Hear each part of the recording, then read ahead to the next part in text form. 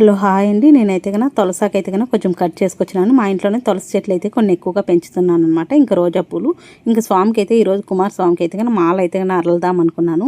ఇంకా నేను స్నానం చేసి వచ్చిన తర్వాత తల అయితే ఆరుకునే దానికోసం అయితే ఉన్నానమాట. ఇంకా ఆ గ్యాప్లో అయితే కన్నా మాల కట్టేస్తాను. ఇంకా తల కూడా ఆరిపోయింది. ఇంకా నేనైతే కన్నా రెడీ అయిపోయినాను అనమాట. ఎందుకంటే మళ్ళీ ఇంకా పండగ టైం కదా, మనం ఒకవేళ సడన్గా టౌన్లోకి పోవాల్సి వస్తుంది అనమాట. నాకు మా ఆయన దొరికినప్పుడు తీసుకోవాలా. ఇంకా మాకైతే కన్నా తమలపాకులు అయితే లేవు. నాకైతే మొన్న మా ఆయన ఫ్రైడే రోజు అయితే తీర్చాడు. నేను ఫ్రిడ్జ్ సర్దుతా అంటే తమలపాకులు కూడా బయట అయితే పెట్టేసేసినాను అనమాట.